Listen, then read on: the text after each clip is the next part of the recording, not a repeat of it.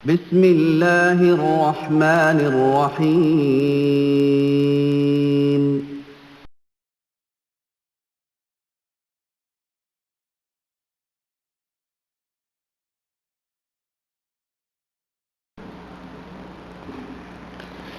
السلام عليكم ورحمة الله وبركاته. الحمد لله نحمده ونستعينه ونستغفره ونؤمن به ونتوكل عليه ونعوذ بالله من شرور أنفسنا ومن سيئات أعمالنا. من يهده الله فلا مضل له ومن يضلله فلا هادي له، وأشهد أن لا إله إلا الله وأشهد أن محمدا عبده ورسوله. أما بعد، فإن خير الحديث كتاب الله، وخير الهدي هدي محمد صلى الله عليه وسلم، وشر الأمور محدثاتها، وكل محدثة بدعة، وكل بدعة ضلالة، وكل ضلالة في النار. قال الله تبارك وتعالى في كلامه المجيد: أعوذ بالله السميع العليم من الشيطان الرجيم. بسم الله الرحمن الرحيم.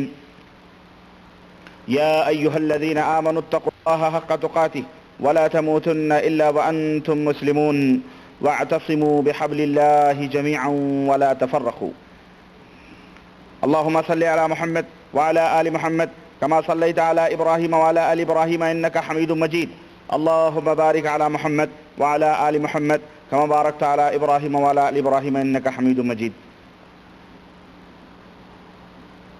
تمام قسم کی حمد و ثنا اس اللہ وحدہ لا شریک کے لیے لائق و زیبہ ہے، جس نے ہمیں اور آپ کو پیدا فرمایا، اور بیش بہا درود و سلام اس ذات مبارکہ مقدسہ پر جو ساری کائنات کے لیے رشد و ہدایت بنا کر کے بھیجے گئے. حضرات سامعین کرام، نوجوان دوستو، بزرگوں اور بھائیوں،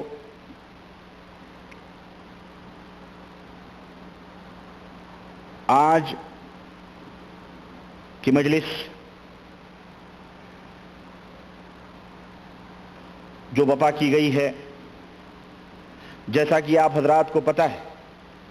کہ آج بھی اللہ کی توفیق سے ہمارا وہی پرانا موضوع ہے جس کا نام ہم نے صالحین کے اندر غلو کرنے کے بجائے حد ہو گئی رکھا ہے. اصل تو موضوع یہ ہے کہ صالحین، بزرگان دین، متقین، نیکوکار لوگوں کی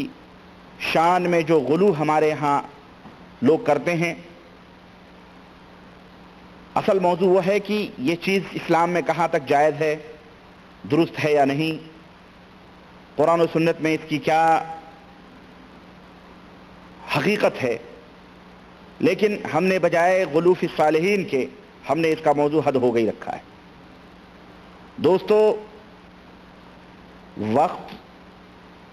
جو گزر رہا ہے دنیا کے اندر، ہم مسلمانوں کے اوپر ایسے موضوعات کو اصل میں چھیڑنا بہرحال مناسب نہیں ہے، لیکن مشکل یہ ہے کہ جو لوگ بدعقیدگیوں کے شکار ہیں، جو لوگ غلط کام کرتے ہیں، انہیں نہ روکنا ان غلط کاموں سے، ان غلط کاموں پر انہیں تنبیہ نہ کرنا، یہ بھی بہت بڑا جرم ہے. وہ بے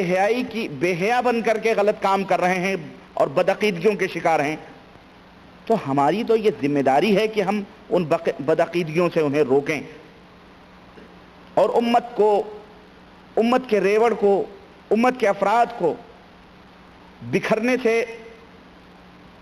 ٹوٹنے سے، شکست اور ریخت سے اس امت کو ہم محفوظ رکھیں، کوشش کریں کہ انہیں ایک پلیٹ فارم پہ جمع کریں.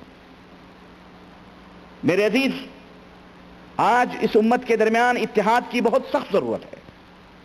لیکن مشکل یہ ہے کہ ہمارے ملک میں جتنی پارٹیاں، جتنی تنظیم، جتنی تحریک، جتنی جماعتیں موجود ہیں، ہر ایک اتحاد و اتفاق کے دعوے کرتے ہیں، ہر ایک امت کے درمیان اتحاد کی دعوت پیش کرتے ہیں، لیکن ان کے ہاں اتحاد اور اتفاق کا جو تصور ہے، وہ خود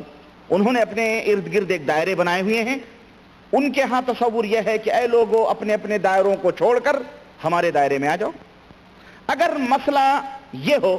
کہ جو حق ہے اسے قبول کر لو، جو باطل ہے اسے چھوڑ دو، تو بات بہت آسانی کے ساتھ لوگوں کی سمجھ میں آ جائے اور بڑی جلدی امت کے اندر اتحاد ہو جائے۔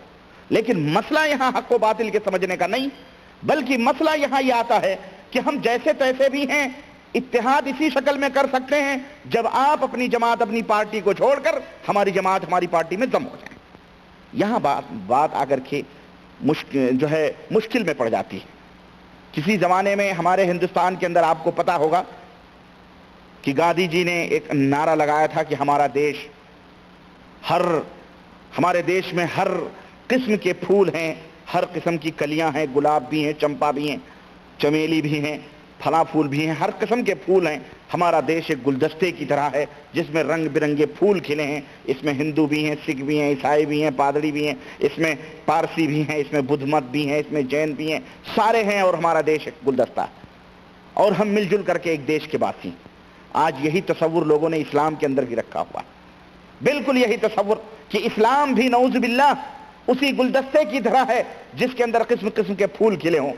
جس کے اندر مختلف نظریات کے رہنے والے ہوں، مختلف افکار کے ماننے والے ہوں، مختلف عقائد کے رکھنے والے لوگ ہوں۔ اسی طرح سے جس طرح ایک ملک کے اندر مختلف مذاہب کے لوگ ایک گلدستے میں مختلف رنگ برنگ کے پھول سج کر کے لوگوں کے سامنے حسن پھیلاتے ہیں، لوگ خوش ہوتے ہیں اسے دیکھ کر کے، اسی طرح ایک ملک کے اندر بھی مختلف لوگ رہ کر کے مختلف دھرموں کے باوجود بھی وہ متحد رہ کر کے کام کریں۔ اسی طرح سے ہمارا اسلام بھی لوگوں نے اس طرح سمجھا ہوا ہے کہ اس کے اندر بھی مختلف نظریات، مختلف عقائد، مختلف خیالات، مختلف دین رکھنے والے بھی اسی طرح سے مل جل کر کے رہیں اور اختلاف پیدا نہ ہو، نہ اختلاف کیا جائے، نہ اسی طرح سے کسی کے خلاف کوئی آواز اٹھائی جائے، نہ کسی کو کچھ کہا جائے۔ میرے عزیز، یہ اصل میں یہ جو نظریہ ہے یہ بذات خود نہایت ہی خطرناک اور نہایت ہی بھیانک نظریہ ہے، غلط نظریہ ہے۔ اسلام کے اندر مختلف رنگا رنگی نہیں ہے، اسلام کے اندر صبغت اللہ کا رنگ ہے۔ اللہ وحدہ لا شریک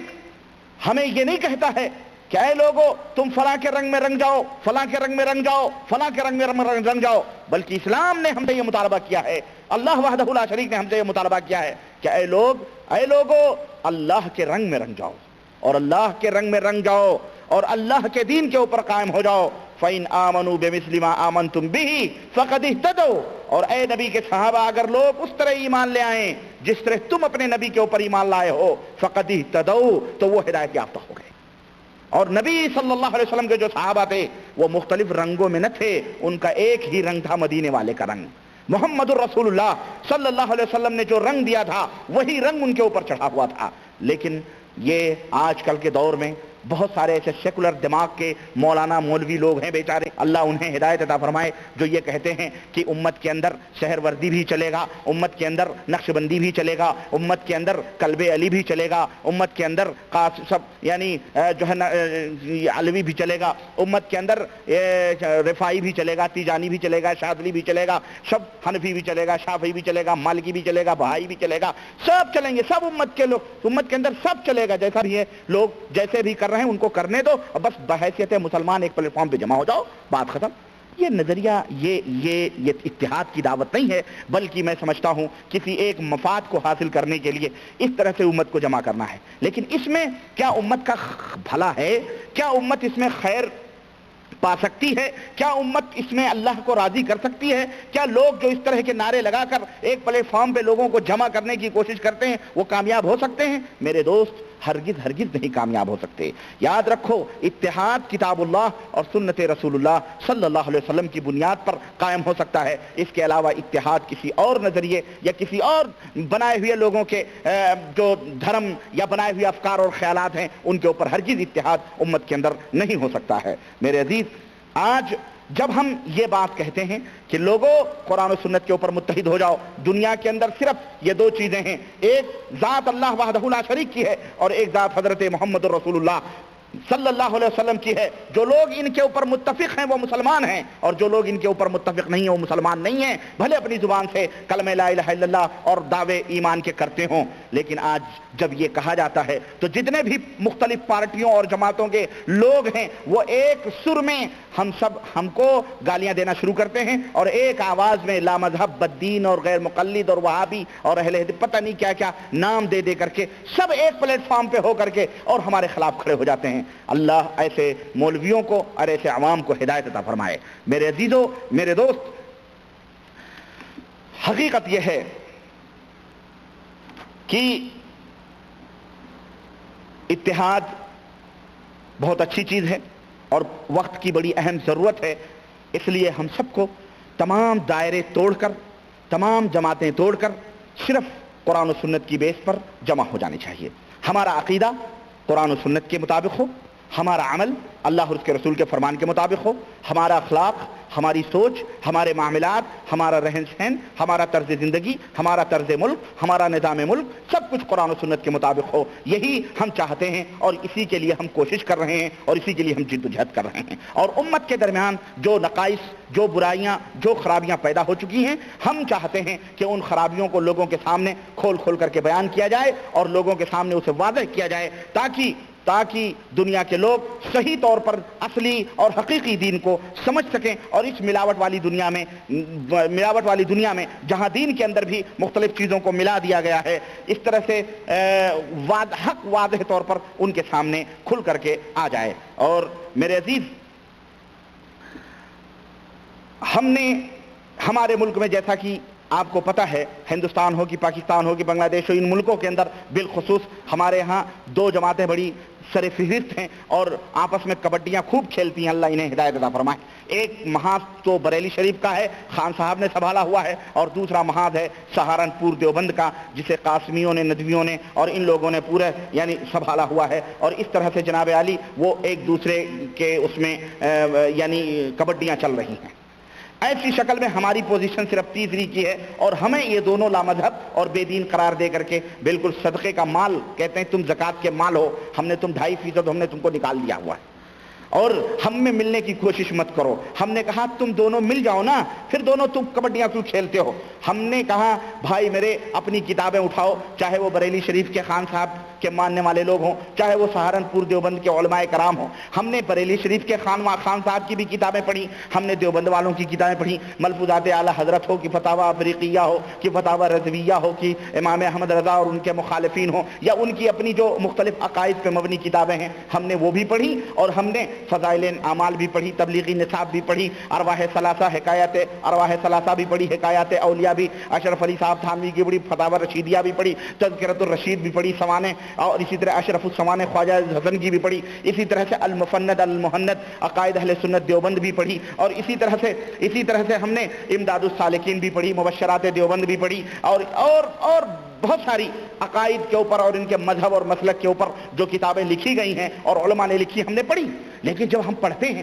تو ہمیں ایک بات بڑی عجیب و غریب لگتی ہے کہ ہمارے جو بریلی والے لوگ ہیں، بیچارے بریلوی برادران ہیں، ہے نا، خان صاحب گروپ کے لوگ ہیں، یہ جو بولتے ہیں خم ٹھونک کر اس کا اعلان بھی کرتے ہیں اور اس کے اوپر ڈٹے ہوئے بھی رہتے ہیں۔ یعنی جو بولتے ہیں وہ سمجھ کر بولتے ہیں، اور چاہے وہ غلط ہیں، اور بے شک غلط ہیں، یقیناً غلط ہیں، ان کے ایمان اور عقیدے بھی غلط ہیں، اس میں کوئی شک نہیں ہے، لیکن وہ خم ٹھونک کر چوراہوں پر، مارکیٹوں کے اندر اور روڈوں کے اوپر اپنے جلسوں میں بولتے ہیں۔ لیکن ہمارے جو دوسرے برادران ہیں، سہارنپور دیوبند اور یہ دیوبندی جو اپنے آپ کو کہتے ہیں، یہ بیچارے بولتے تو ہیں لیکن اللہ انہیں ہدایت دے، یہ کیا بولتے ہیں اور کیا لکھتے ہیں یہ خود سمجھتے نہیں۔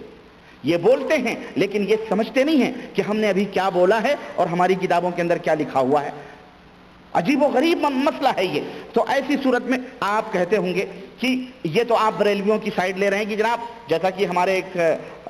بزرگ نے فرمایا ہے کہ جناب علی وہ چونکہ پہلے بریلوی تھا اس لیے وہ بریلوی دماغ کے حساب سے بریلویوں کی لاٹھی چلاتا ہے۔ میں بریلویوں کی لاٹھی نہیں چلاتا ہوں، بلکہ جو غلط ہے اس کے خلاف میں ہر ایک چاہے وہ بریلوی ہو یا دیوبندی ہو، کوئی بھی ہو، جو غلط ہے اس کے خلاف لاٹھی چلاتا ہوں۔ تو میرے عزیز،